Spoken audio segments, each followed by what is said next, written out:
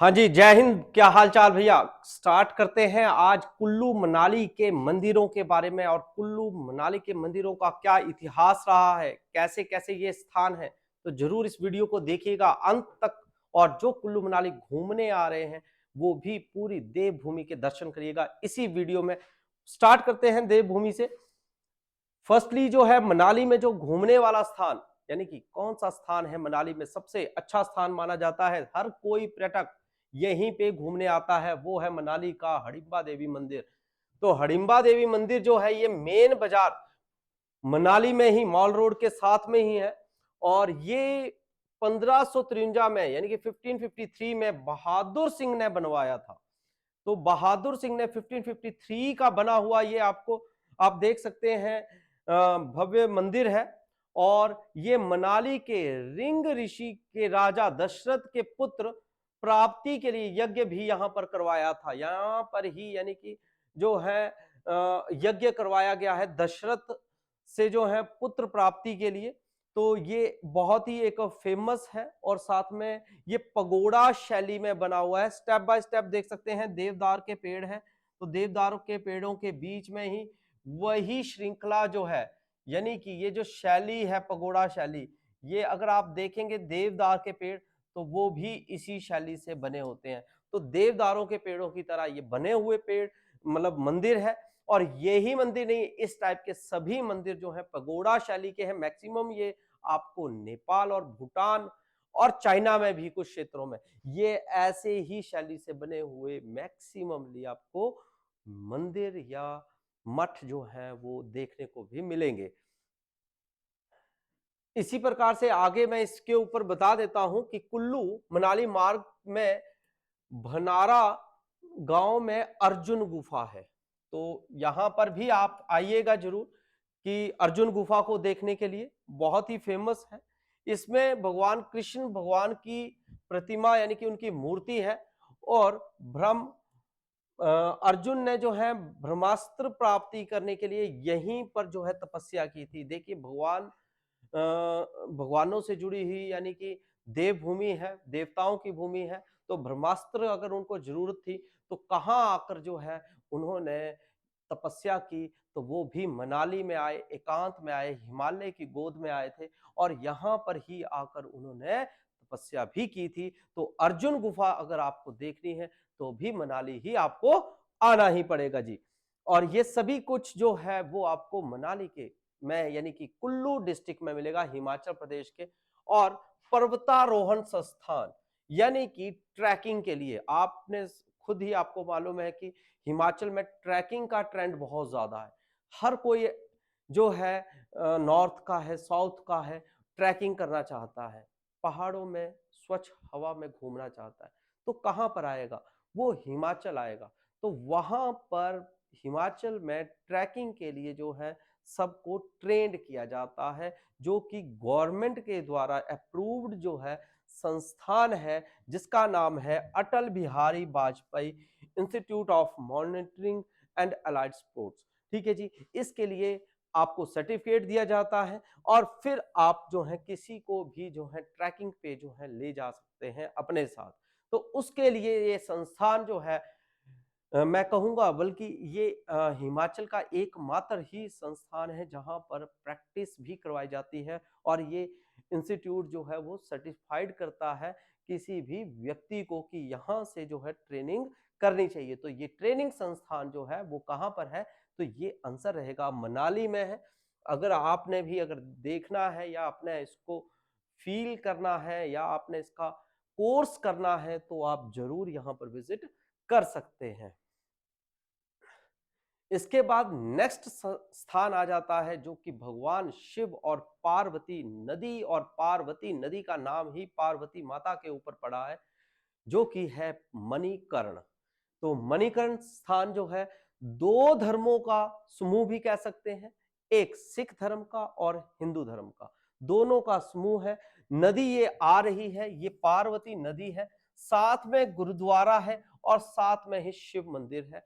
और साथ साथ में जो है ये गर्म पानी का स्रोत भी है, जहां पर जो है व्यक्ति मतलब अपना सल्फर बहुत ज्यादा है, तो सल्फर ज्यादा होने की वजह से जो है चर्म रोगों से जो है छुटकारा भी मिलता है और मैक्सिमम लोग यहाँ पर आते हैं। तो क्या रहा यहाँ का इतिहास, देखिए यहाँ पर गर्म पानी का, जैसे मैंने आपको बताया, नहाने का चश्मा है। तो ये मैं बोलूंगा, ये अगर आप बोलोगे, जो भैया साउथ वाले है ना, ध्यान रख लेना, अगर आप बोलोगे पानी गर्म है तो भैया गर्म नहीं है, ये ठंडा है, मगर इसके साथ में जो कुंड बने हैं वो गर्म पानी के हैं, ठीक है। और ऐसे ऐसे छोटे छोटे कुंड जो है, यानी कि स्मॉल स्मॉल जो वाटर पॉट्स है, वो सभी के सभी गर्म पानी के हैं। और कईयों ने तो अपने होटल और घरों में भी पानी की कनेक्शन जो है वो इसी के दे दिए हैं, ठीक है। तो ये यहां पर जो हुआ क्या था, तो देखिए यहां पर देवी पार्वती के कान की मणि जो है वो टूट कर गिर गई थी, इसलिए इस जगह का नाम जो है वो मणिकर्ण रखा है, ठीक है जी। और ये मणिकर्ण जो है प्रसिद्ध धार्मिक और प्राकृतिक स्थल है। प्राकृतिक इसलिए है क्योंकि प्रकृति के द्वारा ही हर जगह आपको गर्म पानी का स्रोत नहीं मिलेगा, वो वहीं पे ही मिल रहा है, तो इसलिए प्राकृतिक स्रोतों की वजह से भी इसको प्राकृतिक एक स्थल कहा गया है। और ये कुल्लू जिले में है, हिमाचल प्रदेश में ही है। और पार्वती घाटी इसलिए कहा गया क्योंकि पार्वती माता और पार्वती नदी, इन्हीं के से जो है कनेक्शन है, तो मंदिरों से ही ये कनेक्शन रहा है। तो पार्वती घाटी इसलिए कहा गया था। और मणिकर्ण इसलिए रखा गया है नाम क्योंकि यहाँ पर भगवान यानी कि माता जो पार्वती है, उनकी मणि जो है कान की गिर गई थी। इसके बाद ये पार्वती नदी के किनारे बसा हुआ है, लगभग 1760 मीटर की ऊंचाई, यानी कि इसकी अगर हम हाइट की बात करेंगे कि कितनी हाइट पर मणिकर्ण बसा हुआ है, तो 1760 हाइट है जी।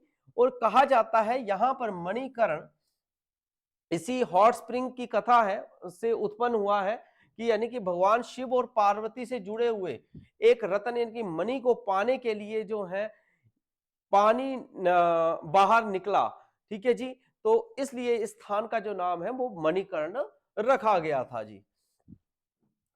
और सिख मान्यता से भी गुरु नानक देव जी ने से भी जुड़ी हुई है। और ये कहानी भी प्रसिद्ध है कि उन्होंने यहाँ पर हॉट स्प्रिंग की उत्पत्ति की है, यानी कि जो सिख धर्म वाले बोलते हैं वो बोलते हैं गुरु नानक देव ने जो है हॉट स्प्रिंग की जो है उत्पत्ति उन्होंने की थी। ये दोनों अलग अलग कॉन्ट्रडिक्शंस है, मगर हम ये कहते हैं कि ये पार्वती द्वारा जो है, और शिव भगवान जब ढूंढ रहे थे तो वहां पर जो है ढूंढते वक्त जो है वहां पर पानी जो है वो शिव भगवान के द्वारा निकाला गया था। तो ये इस वजह से जो है यहाँ पर शिव भगवान के जो द्वारा निकलने की वजह से यहाँ पर हॉट स्प्रिंग यानी कि गर्म पानी के जो है चश्मे बने हैं इर्द गिर्द। इर्द गिर्द मतलब हर अलग अलग थोड़े थोड़े स्थान पे। नेक्स्ट आ जाता है नग्गर। नग्गर मतलब हिमाचल में तो हर कोई घूमने आता है, तो एक और आए थे हमारे यहाँ पर जो कि नग्गर यानी कि कुल्लू के पास है ये नग्गर स्थान, ठीक है। और वहां पर जो है रौरिक कला संग्रहालय यानी कि एक म्यूजियम बनाया है, ठीक है जी। और रौरिक जो थे वो रूस रशिया के रहने वाले थे, तो उनके नाम का एक संग्रहालय है, वो यहाँ पर जो है उन्होंने अपनी आर्ट गैलरी बनाई गई है उनके नाम से। और वो यहाँ पर क्या क्या करने आए थे देखते हैं। सन 1942 में इंदिरा गांधी और पंडित नेहरू यहां पर आए थे जी। और पूर्व में जो कुल्लू रियासत की ये राजधानी भी थी, तो देविका रानी निकोलस रॉरिक इनकी पत्नी भी थी। आफ्टर देन निकोलस रॉरिक का जो जन्म है वो 1874 में 9 अक्टूबर को हुआ था। ये सामने आप देख भी सकते हैं कि कौन थे। और ये रूस में हुआ था, पीटरबर्ग, सेंट पीटरबर्ग में हुआ था इनका जन्म। और 13 दिसंबर 1947 को भारत के कुल्लू में ही इनका निधन हो गया था, यानी कि इनको कुल्लू बहुत ज्यादा फेमस था तो कुल्लू में रहे थे ये। इन्होंने क्या किया है 1874 में सेंट पीटर्स वर्ग में जो है रशिया में ये पैदा हुए। और उन्होंने रूस, यूरोप, मध्य एशिया, मंगोलिया, तिब्बत, जापान और भारत की यात्रा की। मतलब इन्होंने हर देश मैक्सिमम घूम डाला। घूमते घूमते लास्ट में बेचारे कहां पर आ गए, भारत में आ गए। और भारत में जब ये आए तो इन्होंने सन 1928 में जो है वो बस फंस गए, कहां पे, कुल्लू में आके फंस गए जी। और 1954 की आयु में जो है, मतलब सॉरी 1928 में जो है 54 वर्ष की आयु में जो है ये हिमालय के संपर्क में आए थे और इसकी सुंदरता को देखा और सुंदरता को देखते देखते ये वहां के ही रहने शुरू कर दिया, क्योंकि मैक्सिमम फॉरेनर्स जो हैं मतलब अगर इजराइल की बात करें तो इजराइल के सैनिक आते हैं, धर्मकोट धर्मशाला में आते हैं, तिब्बत के लोग आते हैं, कसोल में आते हैं, ठीक है जी, फॉरेनर्स। तो कई जो फॉरेनर्स होते हैं वो इंडिया को देखकर या हिमाचल के कई ऐसे ऐसे स्थानों को देखकर जो है वो वहीं पर रहने का विचार कर लेते हैं, वो परिवारों को भी छोड़ देते हैं और सिर्फ वहीं पे रहने के लिए मजबूर, या बोल सकते हैं कि उनका मन ही वहीं पे लग जाता है। तो वैसे इनका भी, निकोलस रोरिक का भी मन लग गया। वैसे तो इन्होंने देखिए रूस में पैदा हुए और कितने देशों में घूमे, सभी देशों में घूमे, मगर कहां पर आकर रुक गए? हिमाचल में आकर रुके हैं, ठीक है जी। तो इसके बाद नेक्स्ट आ जाता है, अगर आपको मनाली भी आना है और साथ में बस में भी नहीं आना है तो आप आ सकते हैं भूंतर। भूंतर यहाँ का जो है हवाई अड्डा है, तो ये भी कहां पर मिलेगा आपको? कुल्लू में ही गिना जाता है। तो कुल्लू में आपको भूंतर हवाई अड्डा मिलेगा जो कि ब्यास नदी के किनारे पर है, और साथ साथ में इसके साथ हारला नदी भी आपको साथ में ही देखने को मिलेगी। इसके बाद नेक्स्ट आ जाता है सबसे पुराना लोकतंत्र। अगर हम लोकतंत्र की बात करें कि हाँ जी, सिकंदर ने जो है वो भारत आए था और सिकंदर के सैनिक कहाँ रह गए? तो सिकंदर के सैनिक यहाँ रह गए।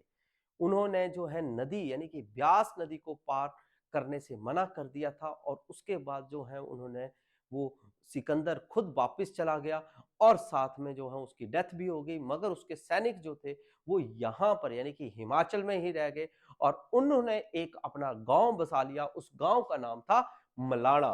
तो मलाणा जो है सबसे पुराना लोकतंत्र बना फिर उस वक्त का, और इन्होंने एक देवता है जो कि जामलू देवता है, उनकी ये पूजा करते हैं। और जामलू देवता जो है वो परशुराम के कौन थे? पिता, यानी कि जमदीग्नि ऋषि को कहा जाता है, यानी कि उनके फादर, किसके? परशुराम के, उनके फादर की ये पूजा करते हैं। इसके बाद नेक्स्ट आ जाता है तीर्थन वैली, बहुत ही इंपॉर्टेंट घूमने के लिए, ठीक है। परिवार के साथ आप यहाँ पर जो है घूम सकते हैं। तो तीर्थन वैली में जो है हिमाचल के जो है वो हिमालयन नेशनल पार्क यानी कि राष्ट्रीय पार्क जो है वो आपको तीर्थन वैली में मिलेगा देखने को जी, ठीक है जी। इसी के साथ साथ में जो आपको ये जानकारी कैसी लगी ये जरूर आपने मुझे कमेंट करके बताना है। और अगर आप मनाली आए हैं तो अपने फ्रेंड्स के साथ टैग करिएगा इस वीडियो को कि वो भी इन स्थानों को जरूर घूमे। तब तक के लिए फिर से मिलेंगे नई वीडियो के साथ। जय हिंद, जय भारत, जय हिमाचल। विजय पथ पे चलो, सपनों को हकीकत बनाओ, हर एग्जाम में विजय का पथ पाओ।